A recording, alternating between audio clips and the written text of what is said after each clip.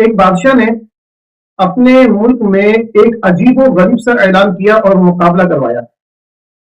مقابلہ کیا تھا کہ بادشاہ نے اپنے وزیروں کو بلایا اور کہا کہ ہماری سلطنت میں، ہماری رعایا میں سب سے بڑا جو بے وقوف ہے اس کی تلاش کرو۔ جو ہماری سلطنت میں لوگوں میں سب سے بڑا بے وقوف ہوگا میں اسے انعام دوں گا۔ حالانکہ انعام کسی قابلیت پہ دیا جاتا ہے، کسی خصوصیت پہ دیا جاتا ہے، کسی ذہانت پہ دیا جاتا ہے، مگر یہاں بادشاہ نے یہ کہا کہ جو سب سے بڑا بے وقوف ہے میں اس کو انعام دینا چاہتا ہوں، تاکہ میرے علم میں آئے کہ ہماری سلطنت میں کون ہے جو سب سے بڑا بے وقوف ہے۔ لہذا تلاش شروع ہو گئی، مختلف اس سلطنت کے جو لوگ بے وقوف تھے انہیں اکٹھا کیا گیا اور مقابلہ کرایا گیا۔ بے وقوف شخص آتا، اپنے کرتب دکھاتا، چلا جاتا، پھر کوئی بے وقوف آتا، اپنی باتیں کرتا، سوالات کے جوابات دیتا، پھر چلا جاتا۔ کوئی بے وقوف کچھ کرتا، کوئی بے وقوف کچھ کرتا۔ آخر میں ایک شخص آیا اور اس کا ٹیسٹ جو وزیر تھے، وزراء تھے، انہوں نے لیا، اور ٹیسٹ لینے کے بعد انہوں نے اسے منتخب کیا کہ یہ شخص ہماری سلطنت میں سب سے بڑا بے وقوف ہے، اس سے بڑا بے وقوف کوئی نہیں۔ لہذا جب وہ بادشاہ کے پاس لے کے گئے اور کہا کہ بادشاہ سلامت، یہ وہ شخص ہے جو ہماری سلطنت میں، ہمارے ملک میں سب سے بڑا بے وقوف ہے، اس سے بڑا بے وقوف ہم نے کوئی اور نہیں پایا۔ بادشاہ نے کہا تم نے تصدیق کر لی ہے؟ انہوں نے کہا ہم نے تصدیق کر لی۔ تو بادشاہ نے اپنے گلے کی جو مالا کی قیمت تھی وہ اتار کے اس شخص کے گلے میں پہنا دی، اسے نام دے دیا۔ وہ شخص وہ مالا لے کر اپنے گھر چلا گیا۔ کچھ عرصہ گزرا، بادشاہ بیمار ہو گیا، کافی علی ہوا، قریب المرگ ہو گیا۔ لوگ آتے اور بادشاہ کی جو ہے وہ عیادت کرتے، اس سے ملاقات کرتے۔ اس بے وقوف شخص کو بھی جب معلوم ہوا کہ بادشاہ بیمار ہے اور لوگ بادشاہ سے ملاقات کرنے جا رہے ہیں، تو وہ بھی بادشاہ کے پاس حاضر ہوا اور بادشاہ سے ملاقات کی۔ بادشاہ نے اسے دیکھا، اس نے بادشاہ سے کہا بادشاہ سلامت، کیسا محسوس کر رہا ہے؟ بادشاہ نے کہا کہ بہت تکلیف محسوس کر رہا ہوں، اور اب میرے جانے کا وقت ہے۔ بیوقوف کہنے لگا کہ کہاں جا رہے ہیں؟ بادشاہ نے کہا کہ میں اس دنیا کو چھوڑ کر دوسری دنیا میں جا رہا ہوں۔ اس نے کہا اچھا، آپ اس دنیا کو چھوڑ کر دوسری دنیا میں جا رہے ہیں؟ اب وہ سمجھ تو نہیں آتا بات کو کہ بادشاہ مر رہا ہے یا مر جائے گا۔ اس نے کہا اچھا، آپ اس دنیا کو چھوڑ کر دوسری دنیا میں جا رہے ہیں، سفر کیسا ہے؟ بادشاہ نے بولا بہت طویل سفر ہے۔ بادشاہ کیا آپ واپس نہیں آئیں گے؟ بادشاہ نے کہا نہیں، وہاں سے واپس آنا ممکن نہیں۔ اچھا، بادشاہ سلامت، آپ جہاں جا رہے ہیں اس سفر کے لیے، جو طویل سفر آپ بتا رہے ہیں، رستے کے لیے آپ نے کچھ کھانے پینے کا بندوبست وغیرہ کیا؟ بادشاہ نے کہا نہیں، میں نے کوئی بندوبست نہیں کیا۔ اچھا، آپ جس جگہ جا رہے ہیں یہاں تو آپ کے پاس عالیشان محل ہے، کیا آپ نے وہاں اپنے لیے محل بنایا ہے؟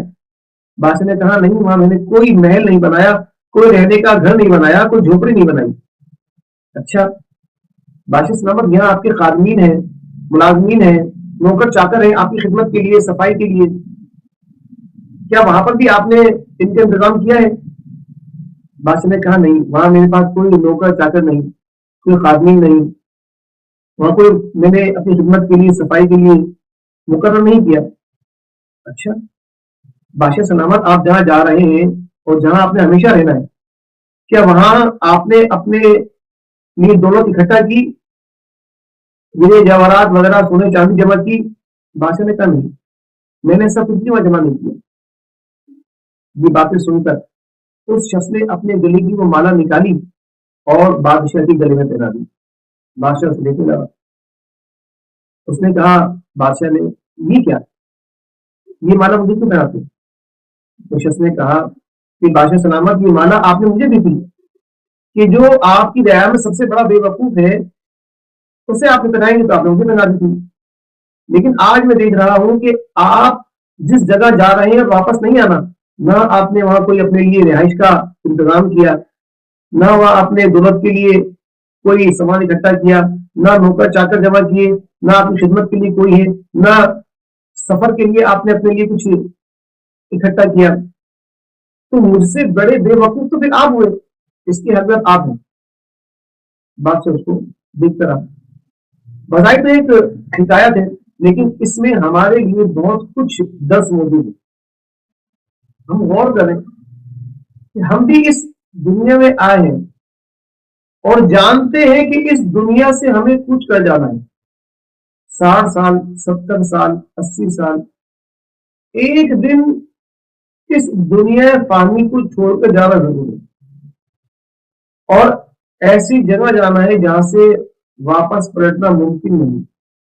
اس دنیا میں جب ہم وقتی طور پر رہنے آئے ہیں اور ہمیں معلوم ہے اس میں ہم دولت کمانے کی کوشش کرتے ہیں، اکٹھا کرنے کی کوشش کرتے ہیں، اچھے مکانات بنانے کی کوشش کرتے ہیں، ہر طرح کی فیسلٹیز ہم حاصل کرنے کی کوشش کرتے ہیں، لیکن جہاں ہمیشہ کے لیے ہمیں جانا ہے یہ تمام چیزیں یہی رہ جانی ہیں، اور جہاں ہمیں جانا ہے مرنے کے بعد وہاں کے لیے ہم نے کچھ اکٹھا نہیں کیا، وہاں کے لیے ہمارے پاس کچھ موجود نہیں۔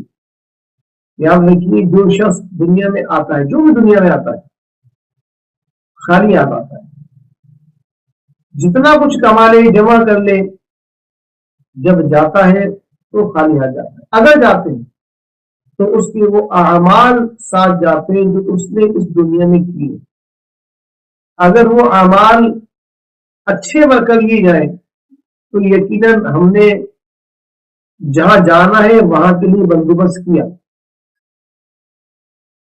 اچھے اعمال کیے تو اچھا بندوبست کیا، برے اعمال کیے تو برا بندوبست کیا۔ دیکھیے ایک روایت منقول ہے کہ حضرت سیدنا ابن سماک رحمت اللہ تعالی نے خلیفہ بغداد ہارون رشید کے پاس ملاقات کے لیے آئے، تو خلیفہ کو بڑی پیاس لگی، شدت کی، اس نے پانی مانگا، خادم نے ایک گلاس پانی دے دیا۔ جب ہارون رشید خلیفہ جو ہے وہ پانی پینے لگے تو حضرت سیدنا ابن سماک رحمت اللہ تعالی نے انہیں روک دیا، کہا حضور ٹھہر جائیے، میری بات میں جواب دیجیے کہ آپ کو شدت کی پیاس ہو اور آپ کو پانی کہیں سے نہ ملتا ہو، اور پیاس بجھانے کے لیے فقط ایک گلاس اگر آپ کو پانی ملے تو آپ اس کی کتنی قیمت دیں گے پیاس بجھانے کے لیے؟ ہارون رشید نے کہا کہ اپنی آدھی سلطنت میں دے دوں گا۔ حضرت سیدنا سماک رحمت اللہ تعالیٰ نے فرمایا کہ حضور اگر یہ پانی آپ کے پیٹ میں پہنچ کر پیشاب بنے اور نکلنا چاہے اور نہ نکلے تو اس کے علاج پر آپ کتنی رقم خرچ کریں گے؟ خلیفہ نے کہا کہ اپنی پوری سلطنت اس کے علاج پر خرچ کر دوں گا۔ حضرت سیدنا ابن سماک رحمت اللہ تعالیٰ نے فرمایا کہ اے امیر مومنین، اے خلیفہ، وہ سلطنت جس کی قیمت ایک گلاس پانی اور پیشاب ہے، کب کب اس قدر قیمتی ہو کہ اس پہ گھمنڈ کیا جائے، اس کی مقادی کیا ہے، اس کی حیثیت کیا ہے کہ اس کی طرف رغبت کی جائے، اس پہ گھمنڈ کیا جائے، اس کے اوپر غرور و تکبر کیا جائے۔ ہارون رشید نے جب یہ باتیں سنی، یہ کلمات سنے تو چیخے مار مار کے رونے لگا اور کوئی جواب نہ دیا۔ غور کریں، یہ بات حقیقت ہے، جب ہمیں پیاس لگے تو ہم در بدر پیاس کے مارے پھرتے ہیں اور کہیں سے پانی نہ ملتا، اور جب ہمیں پیشاب رک جائے اور اگر کسی کا پیشاب خارج نہ ہوتا ہو ہاسپٹلوں میں جا کے دیکھیں، ہاسپٹلوں میں اس کے علاج پر لاکھوں لاکھ روپیہ خرچ کر دیا جاتا ہے. ہماری حیثیت کیا ہے؟ جو ہم زندگی بھر کمائیں اس کی حیثیت کیا ہے؟ یہ دنیا، یہ مال و اسباب، یہ بینک بیلنس، فقط تھوڑے سے علاج کے لیے ہم خرچ کر دیتے ہیں. جو زندگی بھر کی کمائی ہے وہ خرچ کر دیتے ہیں. تو لہٰذا ہمیں غور و فکر کرنی چاہیے کہ اس دنیا میں جتنی ضرورت ہے اتنا ہم کمائیں، اپنی ضروریات کو پورا کریں، اور در حقیقت ان معاملات میں اپنی زندگی کو گزارے جس مقصد کے تحت اللہ تبارک و تعالیٰ نے ہمیں اس دنیا میں بھیجا ہے. اللہ تبارک و تعالیٰ نے کیا فرمایا؟ وما خلقت الجن والانس الا ليعبدون. اور ہم نے جن و انسان کو پیدا کیا اپنی عبادت کے لیے، عبادت کے لیے اللہ تبارک و تعالیٰ کی رضا اور خوشنودی حاصل کرنے میں ہم اپنی زندگی کو گزاریں، اور آخرت کے لیے، آخرت کے لیے ہم فکر کریں اور جمع کریں. یہ دنیا تو دن چھوڑ جانا ہے. اللہ تبارک و تعالیٰ ہمیں سویا رحمی کی توفیق عطا فرمائے، اس نے اخلاق اور اس نے کردار کی دولت سے مالا مال فرمائے، اور اپنی رضا والے کام کرنے کی توفیق عطا فرمائے. آمین بجاہ نبی امین صلی اللہ علیہ وآلہ وسلم.